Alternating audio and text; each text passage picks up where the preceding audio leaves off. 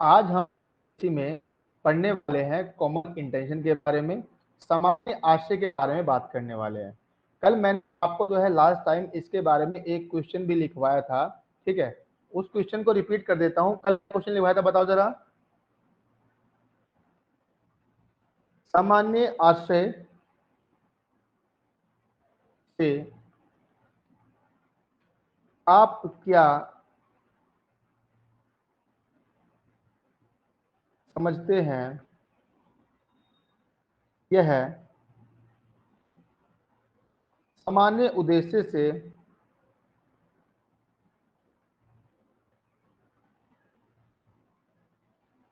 किस प्रकार भिन्न है?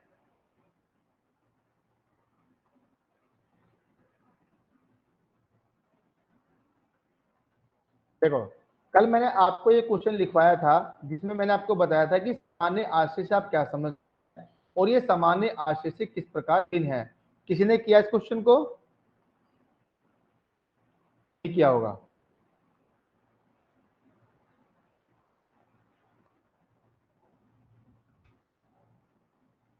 अब देखो, यहाँ पर पहली बात तो आपको ये याद रखना है कि जो सामान्य आशय है वो कहाँ पर डिफाइन किया गया है।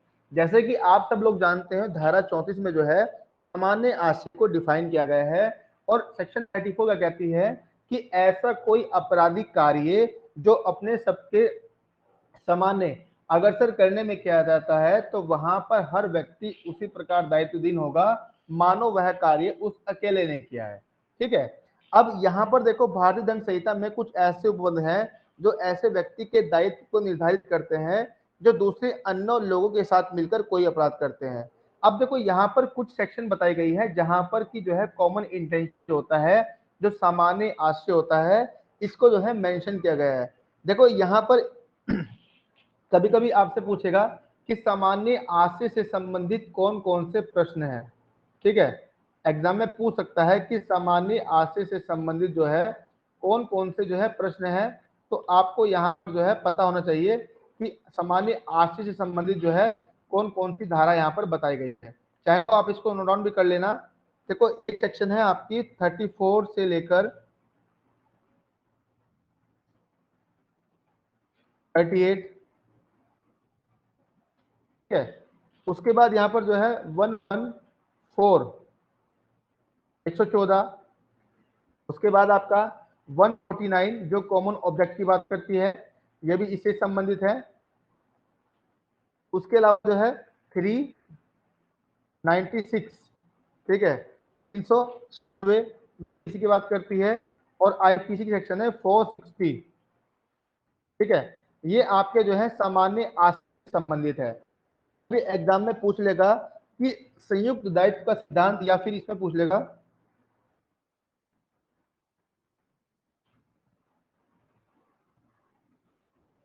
संयुक्त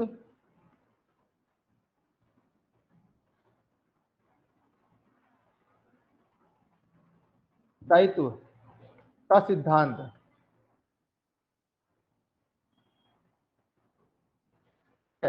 संयुक्त दायित्व के सिद्धांत से कौन सी जो है संबंधित धाराएं हैं, एग्जाम के पॉइंट ऑफ व्यू से बहुत इंपॉर्टेंट है, याद रखना। वो पूछ लेगा कि संयुक्त दायित्व के सिद्धांत से संबंधित कौन कौन सी धाराएं हैं। तो सेक्शन 34 से लेकर 38, 114, 149, 396 और 460, ये आपका क्वेश्चन एग्जाम में कई बार पूछा गया है, इसलिए आपको याद रखना है कि ये सभी सेक्शन जो है संयुक्त दायित्व से संबंधित है। उसके बाद मैंने आपको बताया था कि भारतीय संहिता की जो धारा 34 है वो किस बारे में बात करती है। फिर यहाँ पर मैंने आपका लिखवाया था कि इसके आवश्यक तत्व होते हैं, इसके कुछ जो है महत्वपूर्ण आवश्यक तत्व है। और एक बात मैंने आपको और बताई थी कि जो सेक्शन 34 है ये अपने आप में पनिशेबल नहीं है, ये आपकी क्या है, एक सप्लीमेंट्री सेक्शन है। सप्लीमेंट्री सेक्शन का मतलब क्या होता है? सप्लीमेंट्री सेक्शन का मतलब है कि ऐसी कोई सेक्शन जो किसी सेक्शन के साथ लग के आती है उसको यहाँ पर जो है सप्लीमेंट्री सेक्शन कहा जाता है। देखो, यहाँ पर एक केस है, एक केस का नाम लिखो, पांडुरंग वर्सेस अन्य बनाम स्टेट।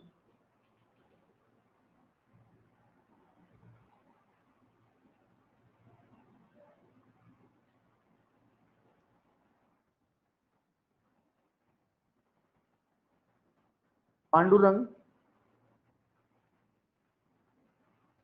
एवं अन्य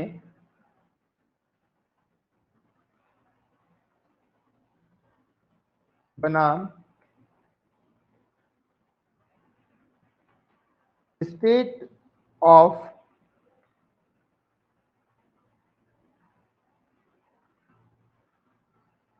हैदराबाद।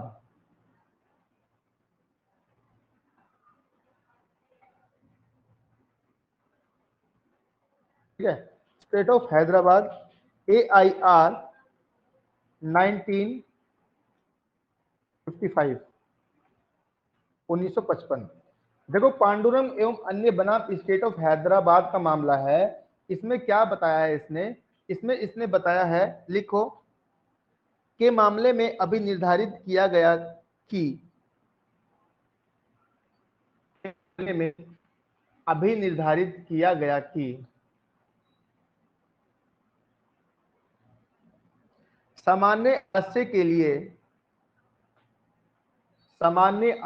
लिए पूर्व नियोजित योजना अर्थात सामान्य आशय के लिए पूर्व निर्धारित योजना अर्थात दिमागों का मिलन आवश्यक है। पूर्व निर्धारित योजना अर्थात दिमागों का मिलन आवश्यक है। अच्छा, यहाँ पर जो है ये प्री प्लान की बात की गई है। प्री प्लान क्या है? कर दूं अर्थात के बाद से मामले में अर्थात दिमागों का मिलना आवश्यक है। देखो प्री प्लान का मतलब है, पर एक वर्ड दिया है पूर्व निर्धारित योजना। इसका मैं आपको पहले मतलब बताता हूं क्या होता है, फिर आप इसको जो है क्लियरली समझ पाओगे। पूर्व नियोजित योजना एक वर्ड है आपका,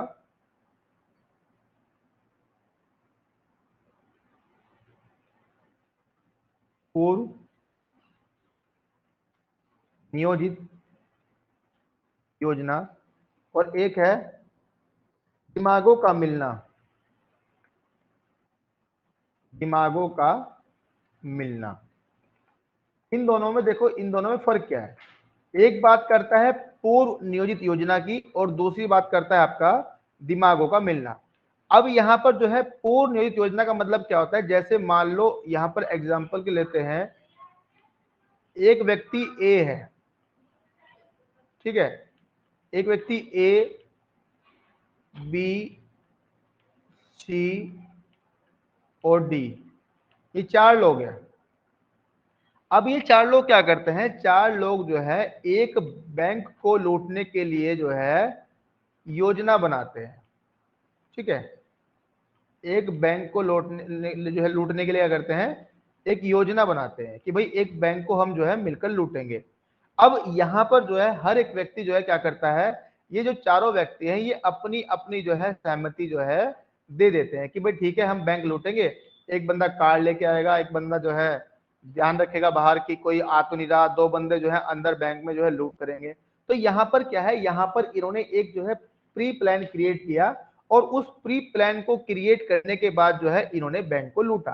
तो इट मींस कहने का मतलब ये है कि कॉमन इंटेंशन में एक बात होनी जरूरी है, वो क्या है आपका पूर्व निर्धारित योजना।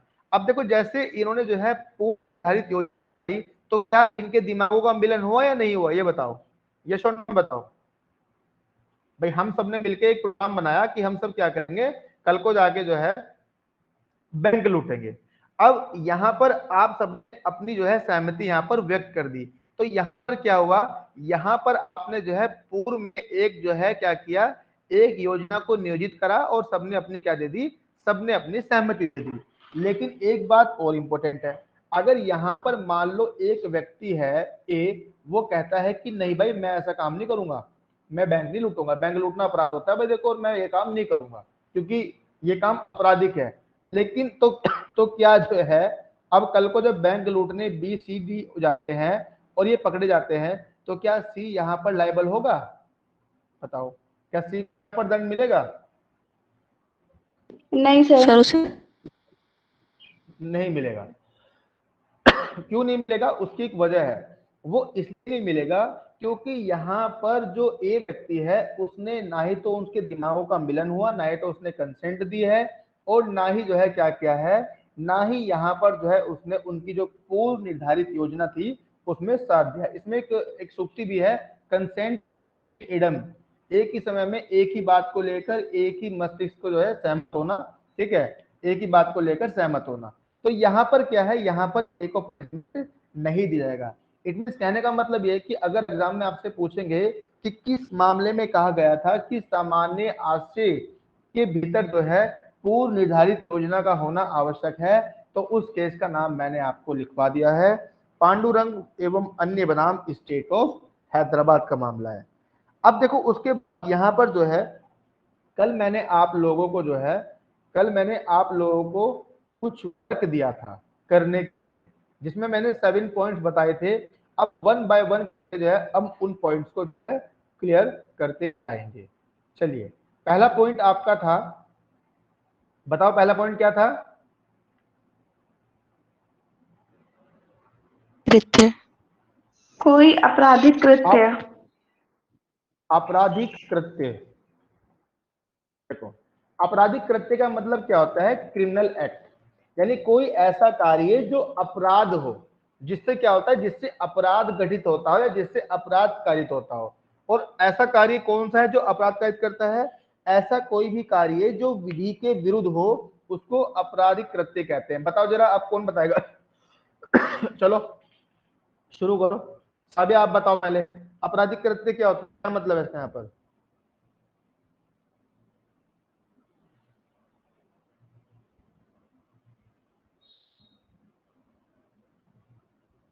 बताओ।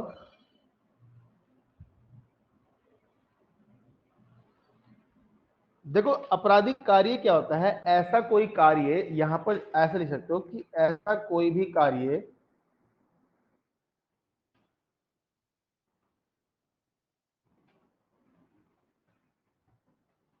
जो कई व्यक्तियों द्वारा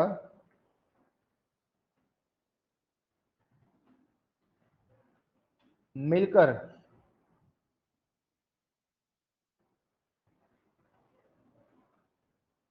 मिलकर किया गया हो।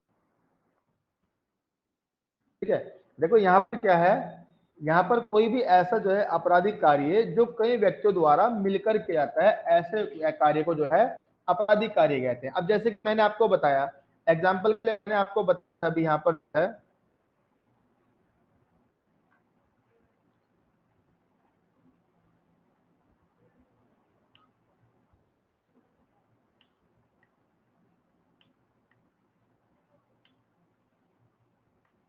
मैंने आपको बताया था भी क्या कि मान लो 5 लोग हैं और वो मिलकर क्या करते हैं, मिलकर जो है कोई अपराध घटित करने के लिए योजना बनाते हैं और उसके बिहाफ पर कोई जो है आपराधिक कार्य करते हैं।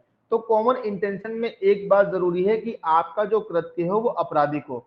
अगर आपका कोई ऐसा कृत्य है जो आपका आपराधिक नहीं है, तो क्या वो दंडित होगा?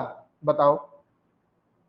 नहीं होगा, क्योंकि वो अपने नहीं आप में सर। कोई ऑफेंस है ही नहीं, बिल्कुल, क्योंकि वो अपने आप में ऑफेंस ही नहीं है। और जो चीज अपने आप में ऑफेंस है ही नहीं, तो उसके लिए क्या होगा, उसके लिए हम किसी को पनिशेबल नहीं कर सकते। तो पहला तो यहाँ पर आवश्यक तत्व यही है कि ऐसे जो कॉमन इंटेंशन रखने वाले व्यक्ति हैं वो क्या कर रहे हो, उनके भीतर जो है आपराधिक आशय का होना जरूरी हो। ठीक है, यहाँ पर जो है आपराधिक आशय का होना जरूरी हो। अब उसके बाद देखो दूसरा पॉइंट यहाँ पर था, दूसरा पॉइंट क्या था बताओ? दूसरा पॉइंट था आपराधिक कार्य का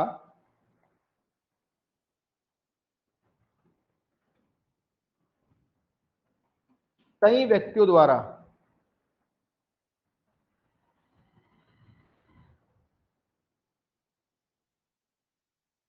कई व्यक्तियों द्वारा किया जाना। अब देखो एक बात और इंपॉर्टेंट है, यहां पर जो है कॉमन इंटेंशन के लिए मिनिमम जो है कितने लोग चाहिए? बताओ,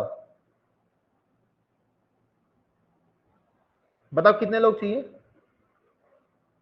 सर देखो यहां कम से पर जो है कम से कम 2, वो आप जो है डकैती में ले गए।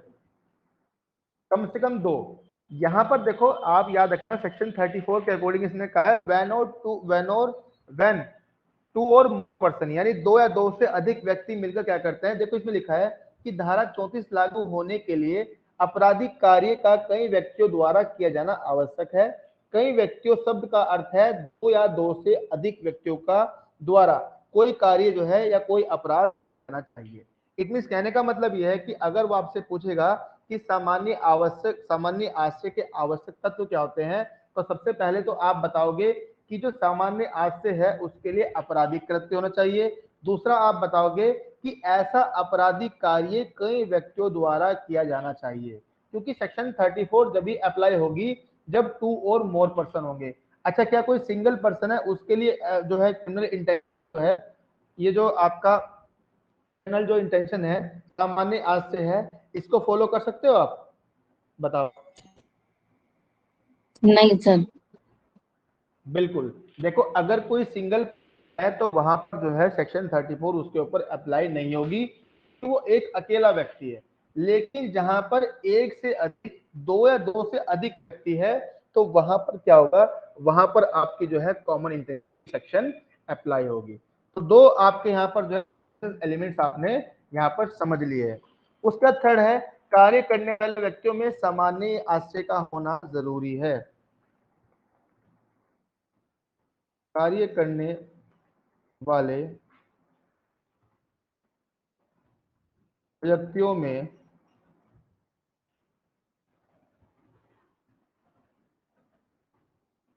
सामान्य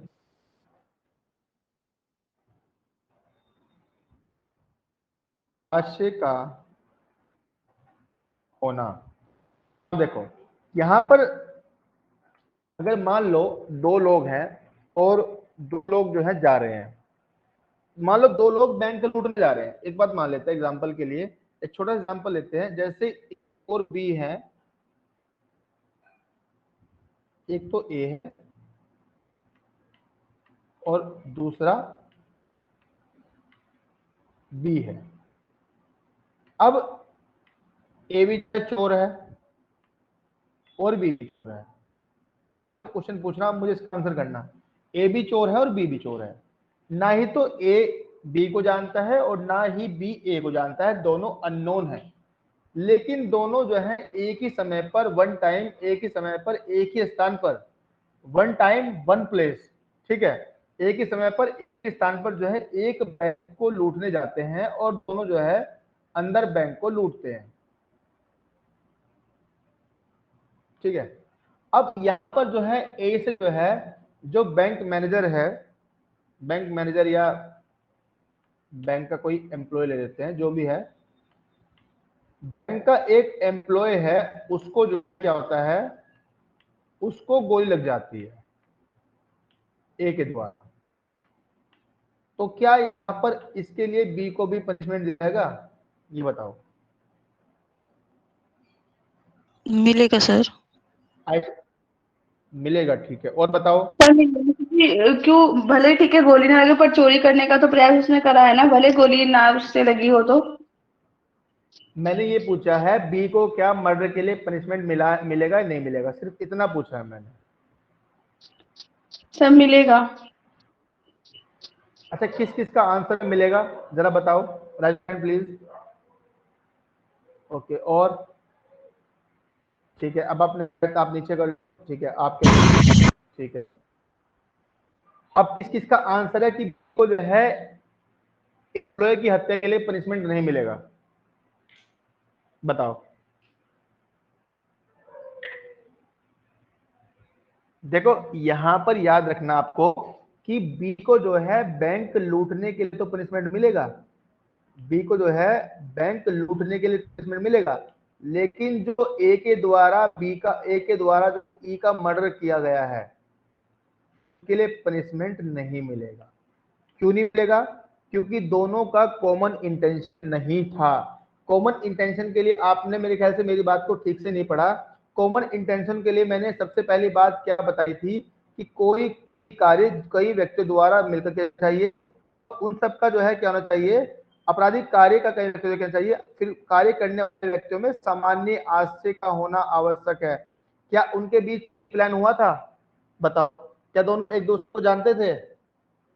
बताओ, नहीं सर तो प्लान तो नहीं नहीं, था नो पर सर। अपराध तो दोनों ने किया है। अपराध दोनों ने किया है, लेकिन दोनों अलग अलग जो है अपनी स्थिति में, इनका जो है दिमागी मिलन हुआ था। ए ने बी को कंसेंट दी थी? बताओ, अगर ये दोनों एक ही गैंग के होते और एक ही मतलब जो है एक ही ग्रुप के होकर जो है लूट करने जाते, तब तो यहाँ पर जो है इसको दंड मिलता, लेकिन यहाँ को बी का दंड कैसे मिल जाएगा, क्योंकि ये के साथ था ही नहीं, इसका इंटेंशन तो अलग था, इसको इसका साबित तो करना अलग था। पड़ेगा ना इस चीज के, ये इसके साथ नहीं था। तो वो तो प्रूफ कर, वो तो मैंने आपको पहले ही बता दिया, वो तो मैंने सिर्फ कुछ में बता ही दिया था कि दोनों साथ नहीं थे, दोनों अननोन थे, दोनों एक दूसरे को जानते नहीं थे। जब दोनों एक दूसरे को नहीं जानते, ना ही इनके बीच में कोई जो है प्री प्लान हुआ है, ना ही कोई दिमागों का मिश्रण हुआ है, तो इनका जो है कॉमन इंटेंशन कैसे होगा, ये बताओ। अपना अलग लूट कर रहा है और वो अपना अलग कर रहा है। हो सकता है कि बी बैंक को लूटने के लिए गेट पर जा रहा हो, इतने में जो है ए ने जो है क्या कर दिया हो, ए ने लूटने के लिए बैंक में गोली चला हो, है ना। तो यहाँ पर क्या है, यहाँ पर याद रखनी बात यह है कि यहाँ पर जो ये जो है ये आपका जो है दंडित नहीं होगा। ठीक है, असल में आ गया आपका कहने का मतलब यह है कि कॉमन इंटेंशन के लिए प्री प्लान जरूरी है और साथ में जो है दोनों की कंसेंट भी होनी जरूरी है। ये बात आपको यहाँ पर याद रखनी है। उसके बाद देखो,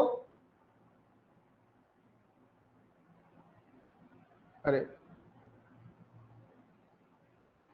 उसके देखो नेक्स्ट आपका आता है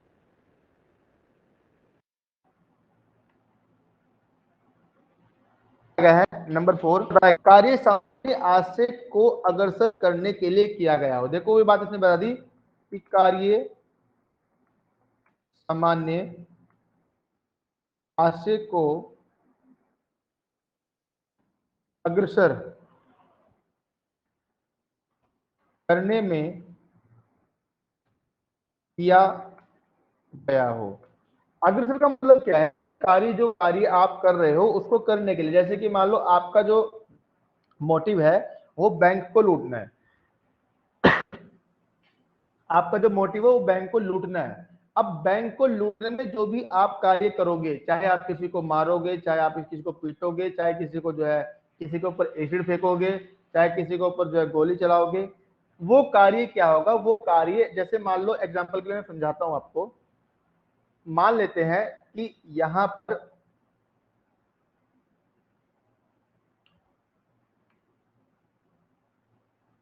एक व्यक्ति ए है और बी है, सी डी, 4 व्यक्ति हैं। ये 4 व्यक्ति जो है बैंक को लूटने के लिए जाते हैं और सी के द्वारा जो है इस कार्य को अग्रसर करने में एक व्यक्ति की हत्या की जाती है, ई की, एक का जो है पैर तोड़ जाता है, एफ का, ठीक है, और जी की जो है चैन भी लूट ली जाती है। गोल्ड की चैन थी जी की, उसको भी लूट लिया। तो बैंक लूटने के कार्य को अग्रसर करने में जितने इन चारों के द्वारा के, चाहे वो कार्य कोई भी क्यों ना हो, तो उसके लिए इक्विवेलेंट क्या होंगे? लायबल होंगे। ऐसा नहीं कहेगा ए कि मैं तो खाली पानी पी रहा था, मैंने चोरी, मैं बैंक लूटने तो गया था इनके साथ, लेकिन मैंने लूटा नहीं, खाली जो है पानी पी रहा था और खड़ा देख रहा था, कोई आ रहा नहीं आ रहा। अभी ये नहीं कह सकता कि साहब मैं तो साथ में तो गया था लेकिन मैंने चोरी नहीं की, मैं तो बस देखता रहा। या ये कह सकता है कि नहीं साहब मैंने ये नहीं कहा। अब जिनके द्वारा, अगर इसके द्वारा, सी के द्वारा ये सब कार्य किए गए ना, तो सी तो उसके लिए लायबल है ही, साथ में ए बी डी भी इसके लिए क्या होंगे? लायबल होंगे। सेम ऐसे ही सी का जो कार्य होगा उसके लिए क्या होंगे? ये सब के सब लायबल होंगे। इट मींस कहने का सिर्फ मेरा एक ही मतलब है कि यहाँ पर चारों के द्वारा जितने भी कार्य बैंक को लूटने में किए जाते हैं उन सब के लिए क्या होंगे? उन सब के लिए ये पूर्ण रूप से लायबल होंगे। आपको यहाँ पर याद रखनी है। इतने समझ में आगे सब लोगों के? इतना क्लियर सबको? ठीक है। अब देखो, अब नेक्स्ट और चलते हैं।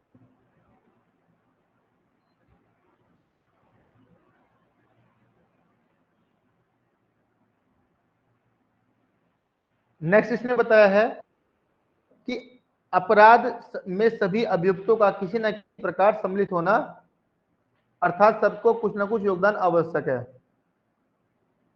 एक बात और देखो, एक यहाँ पर एक वर्ड है सबके सामान्य आशय को अग्रसर करने में, एक ये वर्ड है, ये बहुत इंपॉर्टेंट है। कौन सा वर्ड है?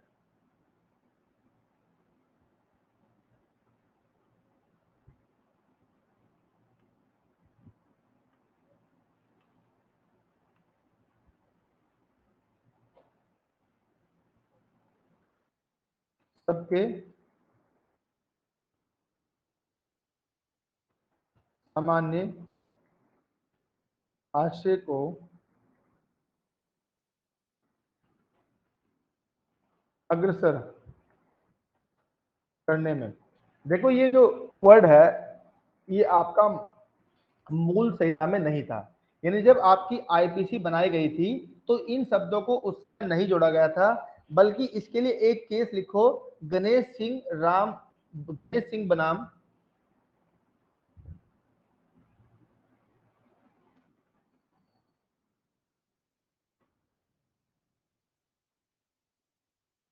गणेश सिंह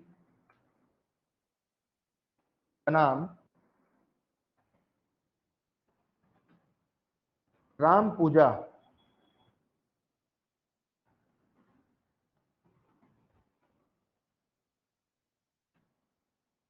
राम पूजा 1869। गणेश सिंह बनाम राम पूजा 1859 के मामले में जो है धारा 34 में जो है 1870 में यह पदावली सबके सामान्य आशय को अग्रसर करने में जोड़ा गया है। आपको याद रखना है कि 1870,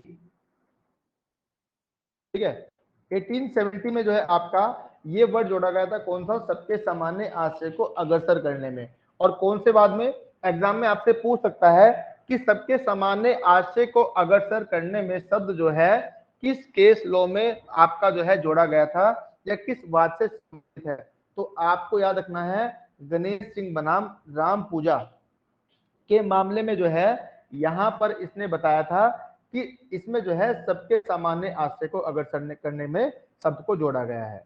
ये केस इंपोर्टेंट है, एग्जाम के पॉइंट ऑफ व्यू से याद रखना, और वैसे भी इंपोर्टेंट है।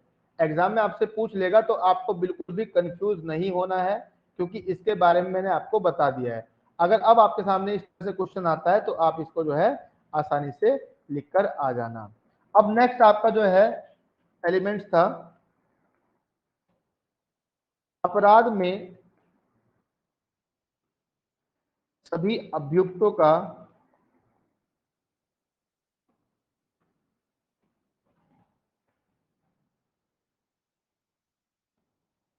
किसी ना किसी प्रकार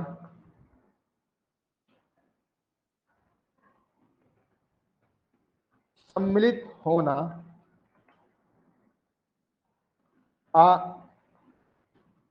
आवश्यक है, अर्थात सबका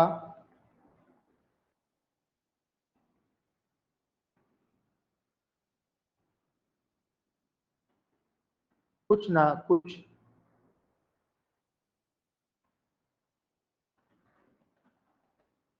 योगदान आवश्यक है। देखो यहाँ पर लिखा है कि अपराध में सभी अभियुक्तों का किसी न किसी प्रकार सम्मिलित होना आवश्यक है, अर्थात सबका कुछ ना कुछ योगदान आवश्यक है। क्या मतलब है इसका? सविता जी बताओ, सविता जी बताएंगे क्या मतलब है इसका?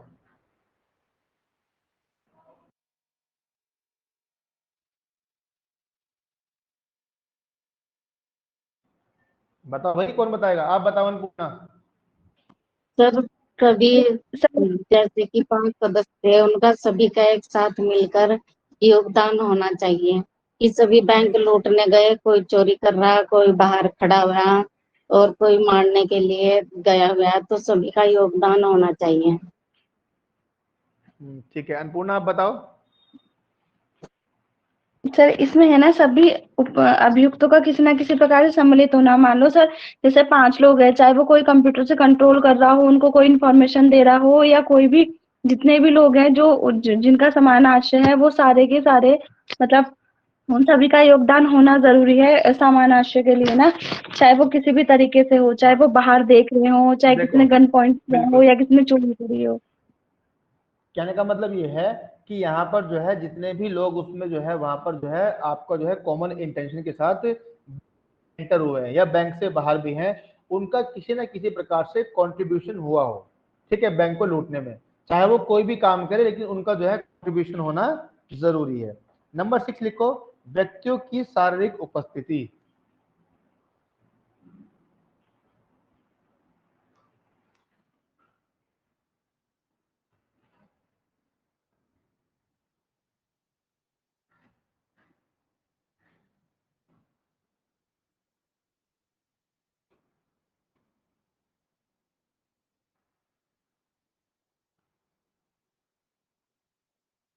देखो, व्यक्तियों की शारीरिक उपस्थिति, अब यहाँ पर एक शब्द और आया है, व्यक्तियों की शारीरिक उपस्थिति। इसका मतलब क्या है? अब यहाँ पर पूछा गया है कि क्या जिन लोगों का कॉमन इंटेंशन होता है उनकी शारीरिक उपस्थिति भी आवश्यक है।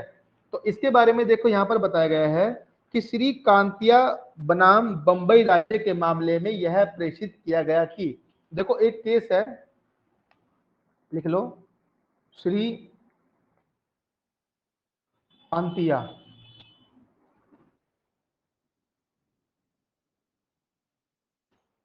श्री कांतिया बनाम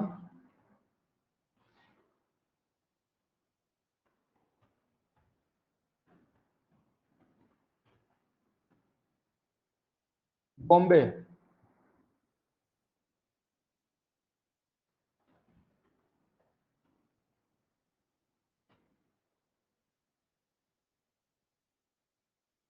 राज्य, ठीक है।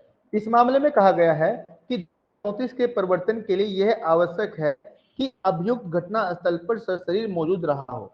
देखो यहाँ पर इस मामले में ये कहा था कि देखो कोई व्यक्ति, किसी व्यक्ति का कॉमन इंटेंशन है तो उसका जो है सशरीर उस जगह जो है घटना स्थल पर जो है जो प्लेस ऑफ इंसिडेंट है वहां पर जो है उपस्थित होना आवश्यक हो, ठीक है, तथा अपराध कारित करने में उसने जो है हिस्सा लिया हो, यद्यपि यह आवश्यक नहीं है कि वह उसी कामों में उपस्थित रहा हो, ठीक है। यहाँ पर कहने का मतलब यह है कि इसने तो ये बात कह दी कि भाई जब कोई घटना होती है तो उस समय उसका उपस्थित होना वहां पर जरूरी है और उसके द्वारा काम होना आवश्यक है।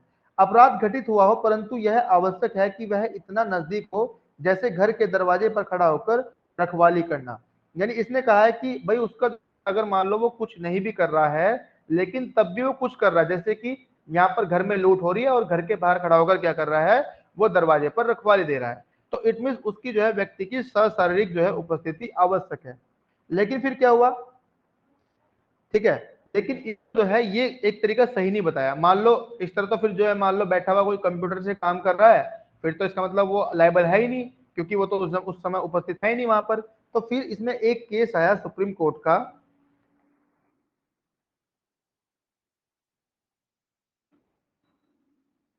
जे.एम. देसाई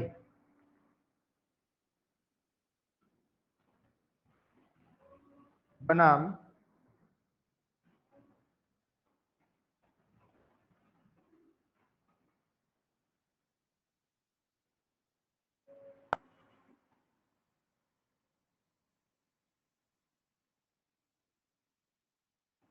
बॉम्बे, ठीक है, जे.एम. बनाम बॉम्बे राज्य। इस मामले में थोड़ा सा जो है क्या किया, उच्चतम न्यायालय ने जो है इस मामले में थोड़ा सा जो है संशोधन कर दिया। अब संशोधन क्या किया इसके बारे में हम बात करते हैं। यहाँ पर जो है उच्चतम न्यायालय ने कहा, यहाँ पर उच्चतम न्यायालय ने कहा कि यह सिद्धांत उच्चतम न्यायालय द्वारा जे.एम. देसाई बनाम बंबई राज्य के मामले में थोड़ा संशोधित किया गया। इस मामले में न्यायालय ने निर्णित किया कि धारा 34 को लागू करने के लिए अनेक व्यक्तियों के कृत्य के साधन में साझेदारी आवश्यक है, मात्र इसकी योजना करना ही आवश्यक नहीं है, परंतु यह सहभागीदारी हमेशा शारीरिक उपस्थिति द्वारा ही आवश्यक नहीं है। यहाँ पर एग्जाम में पूछेगा कि किस मामले में कहा गया था कि कॉमन इंटेंशन के लिए आपकी जो है फिजिकली अपीयरेंस जरूरी है, तो Shri Kantia versus state of Bombay के मामले में कहा गया था। लेकिन जो है फिर सुप्रीम कोर्ट ने क्या किया, सुप्रीम कोर्ट ने इसको जो है और जो है अमेंड करके जो है क्या कहा, ये कहा कि भाई देखो यहाँ पर जो सेक्शन 34 है इसके लिए बिल्कुल जरूरी नहीं है कि हर मामले में जो है उपस्थिति आवश्यक हो। कुछ मामलों में जो है यहाँ पर उपस्थिति आवश्यक नहीं है, लेकिन उनके बीच जो है कॉमन इंटेंशन होना चाहिए और उस कॉमन इंटेंशन के बिहाफ पर जो है उसने कोई कार्य किया हो। शारीरिक मामले में शारीरिक उपस्थिति संयुक्त दायित्व के सिद्धांत को लागू करने के लिए आवश्यक होती है, परंतु अन्य मामलों में शारीरिक उपस्थिति आवश्यक नहीं है, क्योंकि उन्हें अलग अलग स्थान पर तथा अलग अलग समय में किया जा सकता है। यहाँ पर ये जरूरी नहीं है कि हर व्यक्ति की जो है फिजिकली अपीयरेंस जरूरी हो, क्योंकि फिजिकली अपीयरेंस होना आवश्यक नहीं है, तो क्या उनका कॉमन इंटेंशन। इतनी बात आप लोगों को समझ में आई? यहाँ पर बताओ किस किस को समझ में आ गई? Rise your hand please.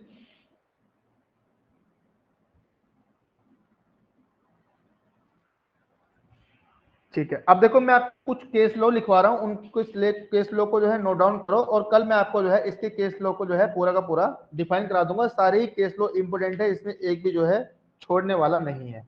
ठीक है, तो आप उनको डाउन करना शुरू कीजिए।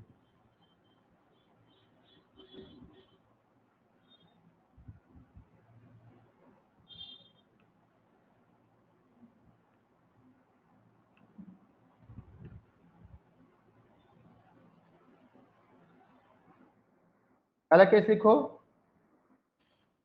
आर बनाम क्रूश।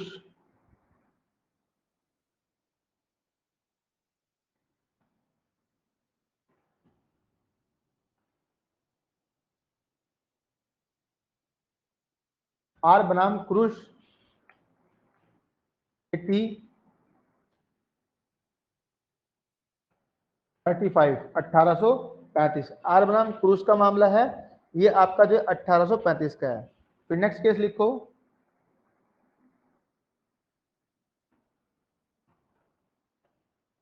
वीरेंद्र कुमार घोष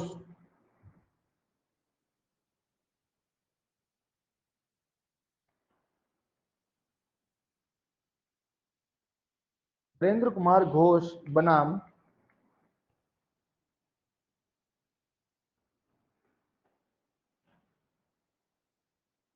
एम्परर।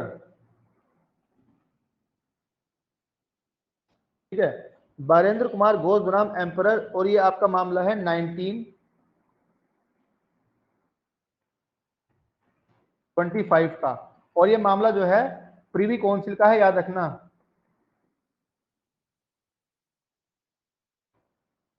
कभी कभी पूछ लेता है वो कि वीरेंद्र कुमार घोष बनाम एम्परर का जो मामला है वो किसने डिसाइड किया था, तो ये आपका जो है प्रीवी काउंसिल ने किया था। और एक बात और याद रखना, इसको जो है पोस्ट ऑफिस वाद,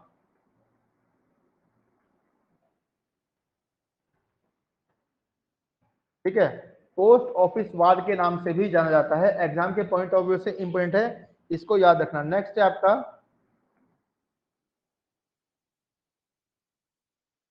महबूब शाह बनाम एम्परर।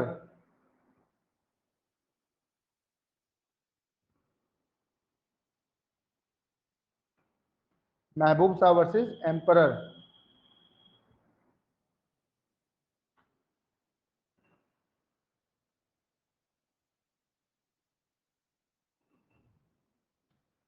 ठीक है, इसका जो साइटेशन है वह है 1945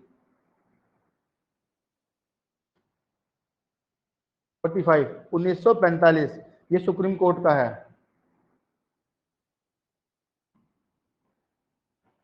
नेक्स्ट लिखो, और ये जो महबूब शाह वर्सेस एम्परर का मामला है ना, एक बात ध्यान रखना, इसको जो है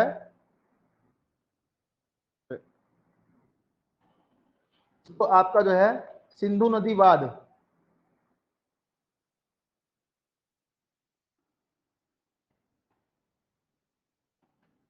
सिंधु नदी वाद के नाम से भी जाना जाता है, याद रखना। महबूब शाह वर्सेस एम्परर के मामले को जो है सिंधु नदी वाद के नाम से भी जाना जाता है। वह एग्जाम में पूछता है कि बताओ पोस्ट ऑफिस वाज जो है किस नाम से संबंधित है, किससे संबंधित है, तो आपको पता होना चाहिए। और दूसरा पूछ सकता है कि सिंधु नदी वाद से जो है संबंधित कौन सा मामला है, तो महबूब शाह वर्सेस एम्परर का मामला है। फिर लिखो कृपाल Singh versus state of Uttar प्रदेश। कृपाल सिंह बनाम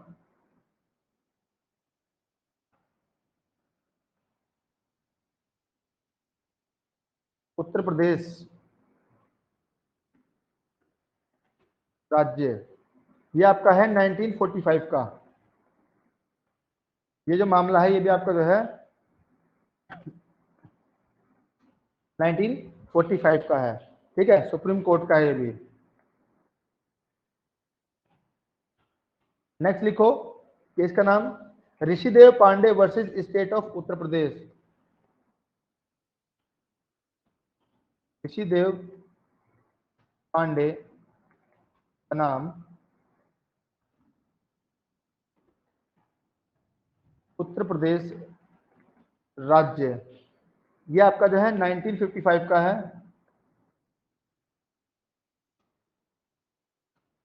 ये भी आपका जो है सुप्रीम कोर्ट का है, SC supreme court. Next case का नाम लिखो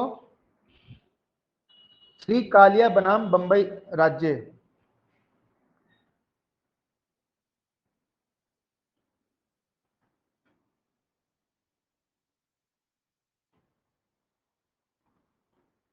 ये मामला जो है आपका ये भी 1955 का ही है, ठीक है, और ये भी आपका जो है का ही है। नेक्स्ट लिखो पांडुरंग ऑफ स्टेट हैदराबाद तो हो गया, जीएम देसाई भी हो गया। फिर लिखो बलदेव जी भाटी, बलदेव जी भाट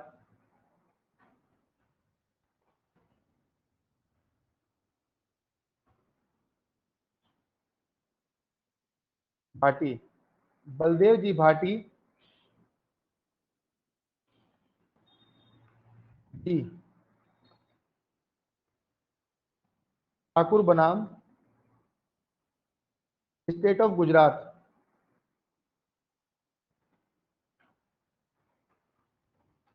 गुजरात राज्य, ठीक है।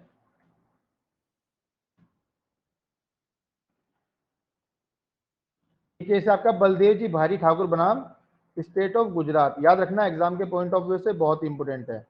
नेक्स्ट और लास्ट केस बचा है इसमें। सर इसका सन क्या है? साइटेशन नहीं है, इसका साइटेशन नहीं दिया गया। मकसूदन बनाम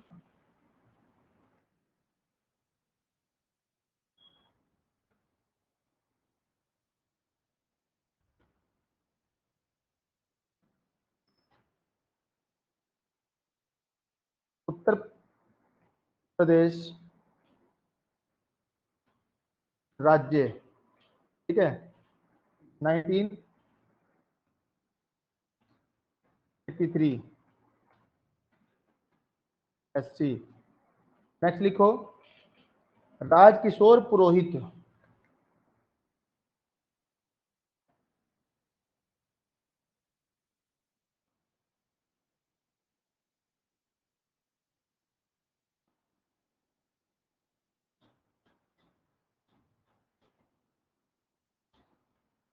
राजकिशोर पुरोहित बनाम मध्य प्रदेश राज्य और अन्य।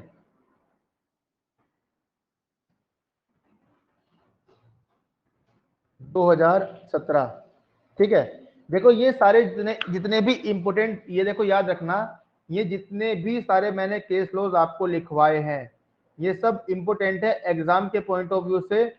और सारे के सारे जितने भी आपके जो है केस लॉज हैं ये आपसे संबंधित हैं धारा 34 से, सेक्शन है 34 से संबंधित है। याद रखना एग्जाम के पॉइंट ऑफ व्यू से भी बहुत इंपोर्टेंट है, ठीक है। इसको जो है वन बाय वन करके मैं आपको जो है कल समझा दूंगा कि इनके पीछे के कौन कौन से फैक्ट हैं, उससे क्या होगा, उससे आपका जो यहाँ पर जो आईपीसी है, जो सेक्शन 34 है, आपको बिल्कुल क्लियर कट जो है समझ में आ जाएगी। ठीक है, आज का लेक्चर आप सभी लोगों को समझ में आया, बताइए।